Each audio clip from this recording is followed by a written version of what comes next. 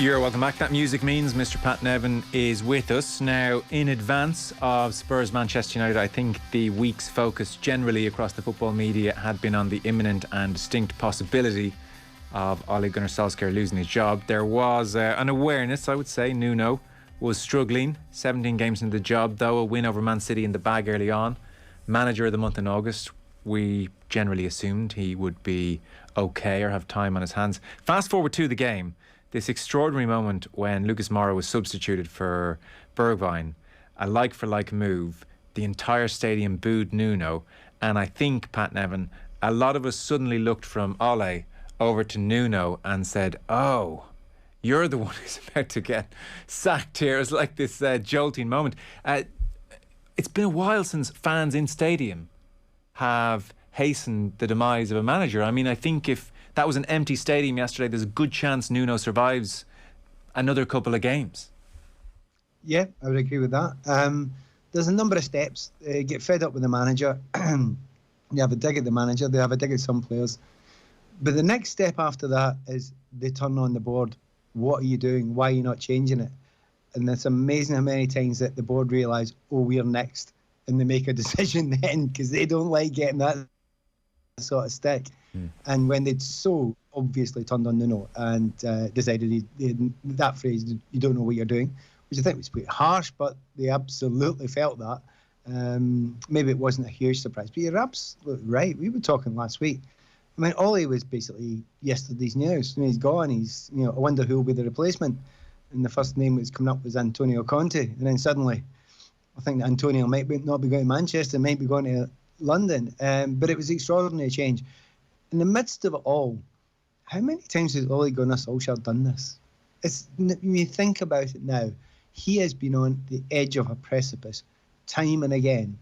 And yet, within a few weeks, if you look at the league table just now, it's not beyond the bounds of possibility that Manchester United could beat Manchester City next week in the derby game. It's not beyond. It's maybe slightly unlikely, but not beyond. That would put Man United level with Man City in the league. And no one's shouting for Pep. And that's the madness of this game. And it's when you sometimes have to be a little bit more wise and look, take a little beat, think about it for a while. Now, I'm not convinced that Ole Gunnar Solskjaer is going to turn Manchester United into a league-winning side. But you can't say it's complete failure if he manages to beat City and goes level in points with them, 11 games into the season, which is a decent chunk of the season gone. They seem to be waving goodbye to the likes of Chelsea and Liverpool in the meantime. But, I mean, it's just incredible. It's just the madness of this game.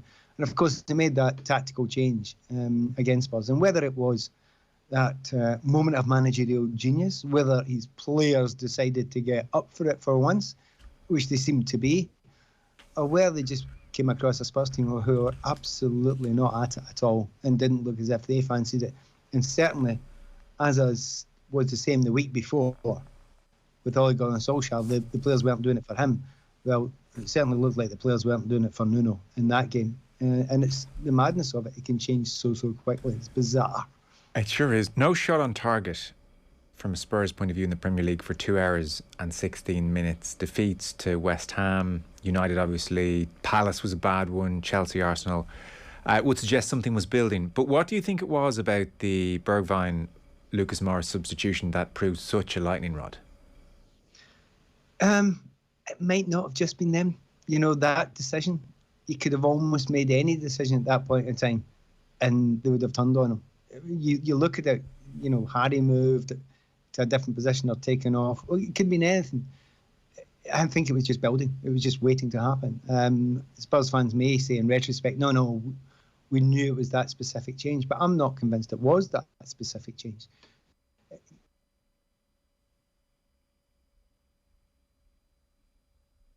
Think you're gone, Pat Nevin. Yeah. I'll tell you what we'll do. Take a very short ad break. We'll resume with Pat Nevin in just one moment. Wi-Fi has let us down as it tends to do. So back in 1 sec with Pat Nevin. Stay with us. Off the ball on News Talk. This week on Taking Stock with me, Mandy Johnston, marking time has always played a major role in shaping our society. We'll hear from the author of a new book about the history of civilization through 12 clocks. And as COP26 approaches, we'll take a look at fast fashion. Taking Stock with Mandy Johnston. Thanks to Skillnet Ireland. Listen and subscribe to the podcast now at newstalk.com or on the Newstalk app, powered by GoLoud. Better value lives at Dunnes Stores, where 15 varieties of €2 and €3 fresh meats means big savings on your midweek meals. Like Irish Board Beat approved pork chops, 520 gram, delicious with a stir fry for only €3. Or add Irish Board Beat approved chicken breast, 302 gram, to make the perfect curry for just €3. Plus, with our 10 or 50 grocery voucher, you save even more, which means every trip to Dunnes Stores means better value. Dunnes Stores, always better value. Terms and conditions apply. Voucher can be used on next grocery shop of €50 or more. Football on Off the Ball. With Sky. Watch every UEFA Champions League and Europa League match live on BT Sport this season. Sorry about that, folks. At least you know we're live. Pat Nevin, you're back in. Yeah, sorry about that. I have no idea what happened. It's Scotland's usually quite good, and the weather's not even bad here. It's bad here. We're in it's bad here. It's miserable here, you should know. In that case, it was your side. So, now we're talking about Spurs there and the fact that what change that Nuno made. But I think it's been building for a while, enough. and it could have been absolutely any change. And they've looked at the team there and who's playing well. And he's, in simple terms, he's not getting the best out of that group of players. Maybe partly his fault, but if you're looking at Harry Kane in particular, I mean, he's not suddenly a terrible player, but you're not getting anywhere near what you were getting before from Harry Kane. So it's. And I was at their game recently against Newcastle, and there was a period they looked fabulous. So, but if you do it at home, and it's 3-0 at home, you know, and it's a complete submission, then the fans just don't take it. Yeah. The Kane thing's fascinating.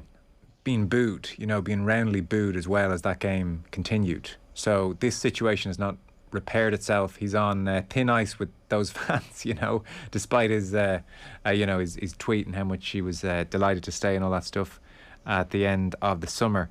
I guess there's no way of talking about his immediate future without bringing in Conte, because if Kane starts playing well and starts scoring goals and kissing the badge, then all will be well again. Unless you think, regardless of who comes in, Kane is just done with this club. Do you know one of the things in football, they talk about, you know, 1%, 2%, 5% extra makes all the difference. And it is the case that Harry has dropped at least that sort of percentage, at the very least that sort of percentage in the quality he's played. Now, he has had quiet times in the past, but that's definitely dropped. Can anyone else get it out of him? Can Conte get it out of him? Well, Conte could get it out of him, but can he get it out of him at Spurs? And that remains the question. It absolutely remains the question. I do honestly feel, I was surprised that they kept him. I was really surprised that they kept him on, because I knew there would be a drop, and I think everybody knew there would be a drop and expected some sort of drop. I'd be surprised if it really comes back to the Harry of old, unless he gets somewhere else, because he clearly wanted to go. He feels he's been cheated. He can't say that out loud. He needs to say the right things, because he's walking out in front of all those fans every week. And I'm not saying he's not trying. I'm definitely not saying he's not trying. But he feels as if he was cheated. He feels as if a promise was made to him that was broken. And I know what it's like. Being there as a player before, you know, you think, I'm doing everything right. I will continue to do everything right. And whatever the promises are with the club, even if they're not written on the contract, if you feel you have been let down and you have been swizzed, it doesn't go away. It absolutely doesn't go away. And it certainly led to me leaving 2 clubs in my career. And it wasn't even the fact that it was a particular financial burden or anything like that. It was just, actually, you lied to me. Yes. And from my perspective, you lied to me. And it's not the same anymore. And it just changes. It changes everything. In the end, one of the clubs, I walked out and said, well, I don't want to play football anymore if I have to play with people like you. I was that infuriated about it. Now, I've got a wee tendency to be a bit earnest and a bit on my high horse in these sort of situations. And I'm sure Harry isn't daft enough to throw that sort of money away. But I do think he feels utterly cheated by this, and I kind of get where he's coming from. Yeah, I think you're spot on there. And as much as he is trying, and I think he's trying, it's hard to park that anger, that sense of betrayal, and to be the best player that you can be. There's just something holding you back. So Conte then, that's where this gets really interesting. There's talk of an 18-month deal. Generally, he's very wary of arriving anywhere mid-season. The word was, well, he'd make an exception for Manchester United. Given that he had talks in the summer, And depends on which newspaper you read. He either walked away or they walked away. Like, I just happened to see The Guardian there, which reported Spurs having been put off by certain demands he had made.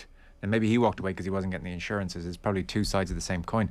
So I'm kind of surprised that they resumed talks and that they're going so well. Fabio Paratici is now in there and had been at Juventus. He wasn't there in the summer, so maybe he can, charm Conte and give him certain assurances. Maybe that's the difference. But I don't know. If I was his advisor, I think I'd be saying, Antonio, it's a terrible squad. 18 months. This Ole Gunnar Solskjaer thing. It's really not. I'd just hang on a month or two. I really would before you commit to Spurs. There's a bit of me that as soon they moved really quickly on getting rid of Nuno, right? Yeah. Really quickly, quicker than most of us expected, right? Yeah. Sometimes the reason for that is, the man you want, and he might just about to be snapped up. So from Spurs' position, that's what it kind of looks like. Or we better move now, or we might not get Conte, who, if it is the man that they want to get. But I'm with you. When Mourinho went to Spurs, that was a stinking fit. That was an awful fit. And we all knew it was an awful fit. I don't think Conte is a good fit for that club. I just think... I've got... Chelsea fans, close your ears now, right? I actually really like Spurs. I've always liked a certain concept about them. Their fans love open football. They've always loved it. There's always been an expectation.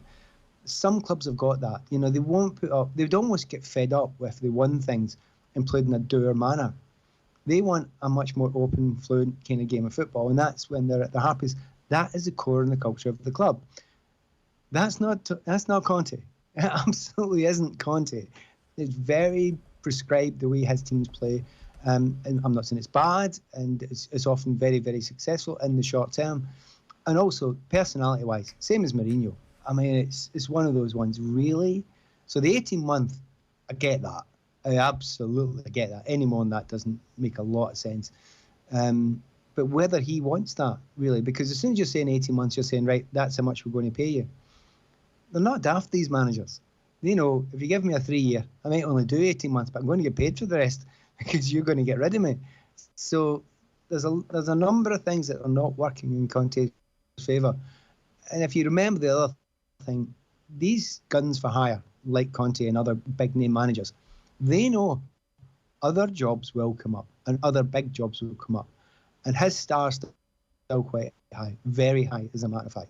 So is Spurs, in actual fact, a big enough club for him? Or could he actually, as you're intimating, and I think you are it. Ooh, the Wi-Fi. Killing us. We'll get Pat back up. While we're getting Pat, here's a clip I want to play you of Conte. This is him speaking to Thierry Henry. And this gives you a little sense of what Conte is bringing to the party and bringing to a dressing room when it comes to attitude. So here's Henry interviewing Conte relatively recently. There's another thing that I have to say that I love with you. If a player doesn't do what you ask him to do for the team, he's out. I always talk about education and respect, and I demand this. I give this, but I demand this. And if someone haven't the good attitude during the training session or good behaviors in different circumstances, I prefer to kill him and to earn. But I prefer to kill him and to earn 22 players. If the manager close the eyes and he doesn't want to see the bad situation, you lose the changing room. There we are. That's Conte. Pat Nevin's back with us. I know you probably didn't catch that clip. It was him talking to Henry where he said, and I don't even think with the language barrier he did not mean it. He said, if a player has a bad attitude, I'd prefer to kill him than keep him. And if a manager ignores bad behaviours in a dressing room, he loses that dressing room. That dressing room is lost. And it's just a little insight into Conte, which we'll get on to in just a sec because you know him well from Chelsea. But we lost you as you were saying that I was intimating regarding the bigger jobs. Mm-hmm. I can't believe that's gone again. Oh, you gone? Can you hear me? I can hear you, yeah.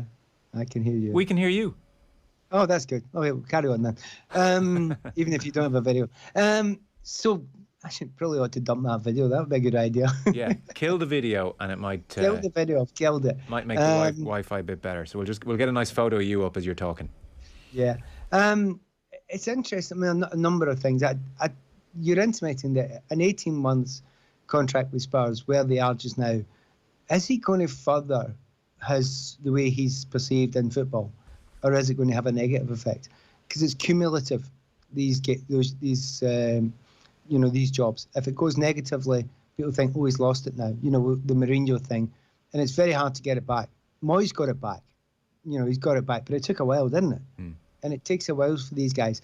Much, much better to get into a job where you can have an effect. That's why he doesn't like taking over during mid-season, because you need to be able to control it the way you want from before the start of the season and get your people in.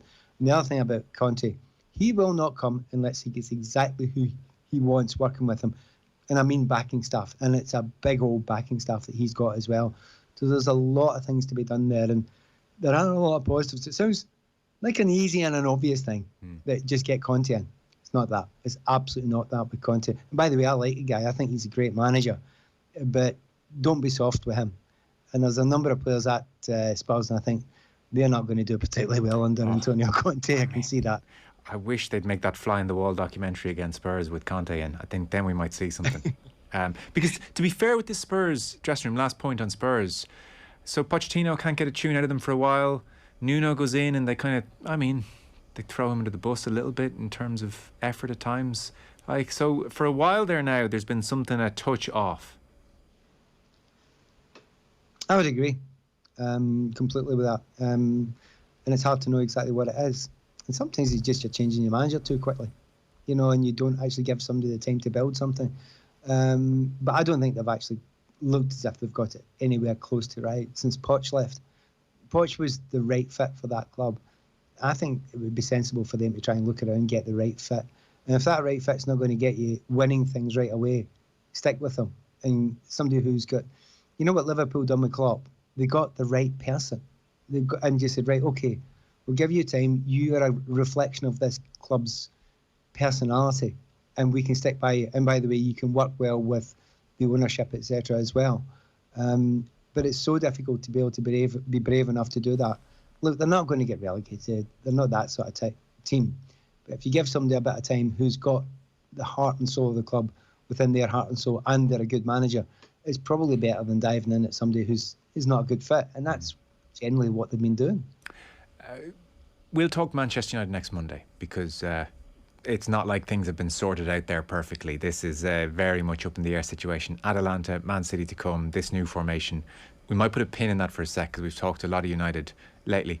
On Man City and Liverpool, so to varying degrees, wobbles at the weekend. Man City beaten by Palace. Liverpool a 2-2 draw with Brighton. Brighton, by all accounts, really good value for that 2-2 draw. In fact, on XG, they were better than Liverpool. And then Man City 0, Palace 2. Vieira has kind of transformed really the type of team Palace are. But what of Man City losing 2-0 at home? That is eye-catching. What do you read into that? Well, partially, if they wouldn't have gone down to 10 men, it probably wouldn't have happened to the same level. But that's to take nothing away from what Palace did. And you're absolutely right. The change in Palace has been incredible. And I have to say, I was one of the ones that was definitely questioning it, whether it was a good idea. The amount of changes they made at the start of the season, personnel-wise, you just think, oh, surely not. That's and a manager who hadn't done it to that level before, even though he was a great player. There was a big old question mark there, but I tell you what, he's answering them with bells on. He's fearless, and he's made his players fearless, and that's a very noticeable thing that he's changed in them. So well done him. City's a real shocker, though. I was at the City came over in Bruges, and okay, it was only Bruges, but they looked like the real City. But in the Premier League, that just isn't. We've talked about it before. There's no easy ones, and if you're not up for it, and you've got one player, off the pitch, and you've got some of your best players, and let's be fair, Kevin De Bruyne has not hit it yet, has he? To the level that you're expecting it from him. Maybe it's no surprise, it happens. Remember, Salah had a dip. Harry Kane's having a dip. Kevin De Bruyne is not anywhere near the player he was, but he will get it back. I expect it from all of them. they will have dips. They won't all have them at the same time. It just happens with the amount of football you're asking for all these very, very top players. And if you take somebody like De Bruyne and not doing his very, very best in the game, and then stick on the fact that you never got that centre forward, yes, it's still a mild surprise, but it's not a shock that there are a few trip-ups now and again. They really could have done with getting Kane. It would have made a massive difference. So they've got him out so many holes because they're having to adapt all the time. They're having to do the centre-forward thing, change it. And I watched a variety of the players having a go at that position. And, some of them do well for a wee while. But that's different from someone who goes in there and almost week in, week out, you can just about depend on him, scoring a goal. There's not really anyone like that in the team. Yeah, he's chopping and changing there. He knows there's a problem. Palace, by the way, averaged 39.9% possession last season. Vieira has them up to 50.2% thus far this season. Incredible transformation. I'm curious. I heard the players talking about it afterwards. Yeah. And they're saying exactly that. They're all saying he wants us to play. He wants us to be comfortable on the ball. He wants us to play at the back. He believes in us. And it's honestly, this is old stuff. This is very, very old stuff. See, if you don't believe that your players can play and tell them to lump it or get it in the box and all that sort of stuff and play it simple, they will not push on and try and be any better than that. But if you say to them, right, trust you, you're good players, I trust your abilities, they just grow. They become the best players that they possibly can. And there is no doubt in my mind that all the way through that team that Vieira's actually said that to them, and they've just blossomed. It's brilliant to see. And I have to say, totally surprising. So I'll let you pick the last talking point. Liverpool and Brighton 2-2, and Chelsea 3-0 away to Newcastle, minus Lukaku. Reece James is their top scorer, which is quite something. So Chelsea sitting pretty now all of a sudden. There's some ridiculous stats about Chelsea going round at the moment, right? So, like, everybody scores. And out with strikers. Now, when I say strikers, I mean like Werner, Lukaku and Kai Havertz. 12 other players have scored in the league this season. It's only 11 games old. It is bizarre what they are doing. And Chilwell was hammering them in for fun for a few weeks there. So you overcover on that side. Well, that's a bad idea because Reece James just comes in on the other side. Oh my God, the strikes, Reece James. Yeah. And it's extraordinary to see that. And it's one of those things with Tuchel. You begin to wonder, is it genius or he just can't do anything wrong just now? He's putting midfield. He's a midfield out there that didn't have Conte and Kovacic and Mount available in the second half. They were still brilliant. You think, how on earth does that work? It's absolutely incredible that he's getting so much out of that group. A part of it, I mean, there's lots of reasons for it. A lot of good players there. But in all honesty, I love Jorginho. I've got a real thing. I think he's the most wonderful player, and I've never ever wavered in that, even when he was getting dogs abuse from most of the pundits. I think he's fabulous because he controls games, and there's not that many chinkos around, and he is the best in the business just now. But the other one is actually Thiago Silva. Thiago Silva can step into that area. He never, ever, ever looks bothered. And, the age he is just now, oh my God, I'd love to watch that guy week in, week out at his very, very best. So with two players around him, and Rudiger's the best out-and-out pure defender in the league, I think. They just don't lose goals. Is it 3 goals this season in the league? So say whatever you like about the rest of it. If you're not losing goals, you've got some chance to go and win things. So at the moment, they look bordering on unstoppable. And this is a team, if you look around the league, we've got a whole bunch of players that are out playing for other teams, and they're all half of their best players as well.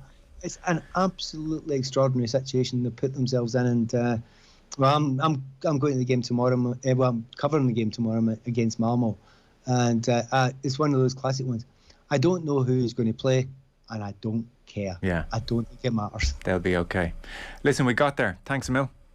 Yep, sorry about the breakups. Not at all. Cheers. Pat Nevin there with us. Football on Off the Ball brought to you by Sky. All the football you love in one place across Sky Sports, BT Sport and Premier Sports. We will, by the way, have Stewie Byrne and Gab Marcotti on the football show after 9. Football on Off the Ball. With Sky. Watch Premier League, Women's Super League, EFL, Scottish Premiership and much more. Live on Sky Sports. Some days the couch just calls to us. Take a seat. Grab the remote. My cushions are extra cozy today. And while we all want to get off the couch to set a healthier routine, not knowing how to start can feel overwhelming. Healthy Ireland is a trusted source for easy-to-follow tips and advice, like getting a friend involved with your healthy habits so they'll be able to motivate you on those tougher days. Search Healthy Ireland and get set for life this winter. From Healthy Ireland, a Government of Ireland initiative supporting health and well-being for everyone and helping us off our couches. Now at Power City, get free delivery and free recycling on selected Bosch fridge freezers. For more information, go online to powercity.ie or call in store today. When life shows no sign of slowing down, Wellman from Vitabiotics can provide optimised support when you need it most. Scientifically developed to help you be at your best throughout the day, with vitamins B6 and B12 to help give you energy and vitamin D for your immune system. Wellman, available from pharmacies and health food stores in store and online. This Christmas, you deserve it all. So Air Mobile are gifting 5G to all customers at no extra cost. Switch and get €50 off 5G prepay phones from €129.99, including Samsung, Oppo and TCL on Ireland's best 5G network availability. For more, go in store or visit air.ie. Air. Let's make possible. 5G available to all in-market Air Mobile plans, subject to 5G coverage and availability. For full details and T's and C's, see air.ie.